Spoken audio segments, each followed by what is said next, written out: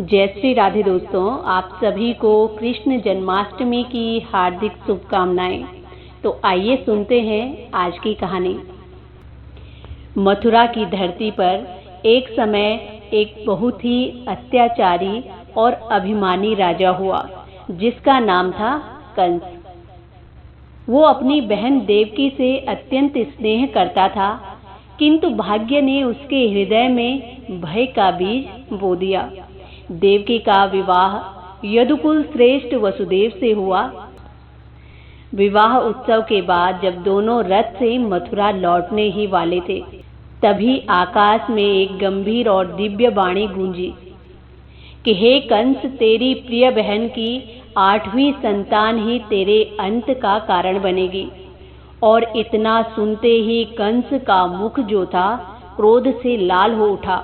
वो क्षण भर में बहन का प्रेम भूलकर उसे मारने के लिए तत्पर हो गया।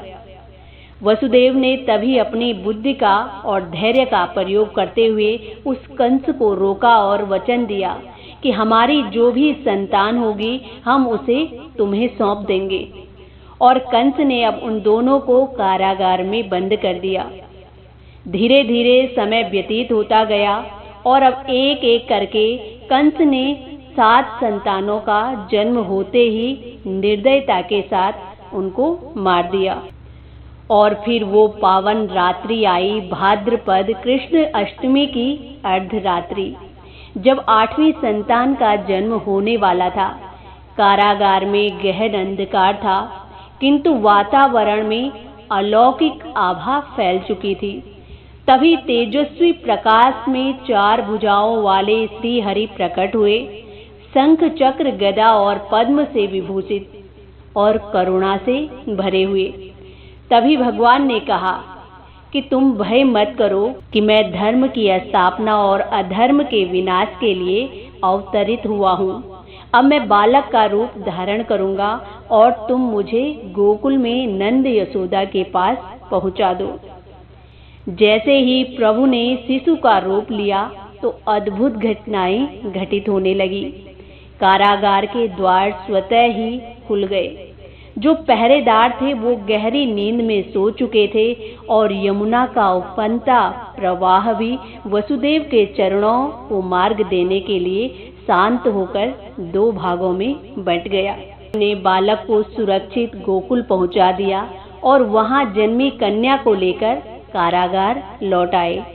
भोर होते ही कंस ने उस कन्या को भी नष्ट करने का प्रयास किया, किंतु वो उसके हाथ से छूटकर आकाश में आरूढ़ हो गई और दिव्य स्वर में बोली कि हे मूर्ख कंस, तेरा संहारक जन्म ले चुका है और अब वो सुरक्षित है। अब तेरा अंत निश्चित है। और इतना सुनकर कंस फिर से क्रोधित हो गया। और इस प्रकार उस पावन रात्रि को ब्रजभूमि ने पाया भगवान श्री कृष्ण को, जो आने वाले युगों युगों तक प्रेम, करुणा और सत्य का अमर दीप प्रज्वलित करते रहेंगे। तो इस कहानी का संदेश बहुत अच्छा है कि भगवान कृष्ण जन्म की ये कथा हमें सिखाती है कि चाहे परिस्थितियां कितनी भी प्रतिकूल क्यों न हो, जब ईश्वर का समय आता है तो असंभव भी संभव हो जाता है। सत्य और धर्म की रक्षा के लिए भगवान स्वयं अवतरित होते हैं और अन्याय चाहे कितना भी शक्तिशाली क्यों न हो, अंत में वो नष्ट ही होता है। ये भी संदेश है कि जीवन में धैर्य, आस्था और सत्यनिष्ठा बनाए रखें, क्योंकि ईश्वर की लीला में देर हो सकती है लेकिन कभी भी अंधेर नहीं होती। बस जरूरत है विश्वास की। तो दोस्तों, ये थी आज की कहानी। कहानी पसंद आए तो प्लीज चैनल को लाइक, शेयर एंड सब्सक्राइब करें। मिलते हैं एक और कहानी के साथ। तब तक के लिए जय श्री राधे, जय श्री कृष्णा।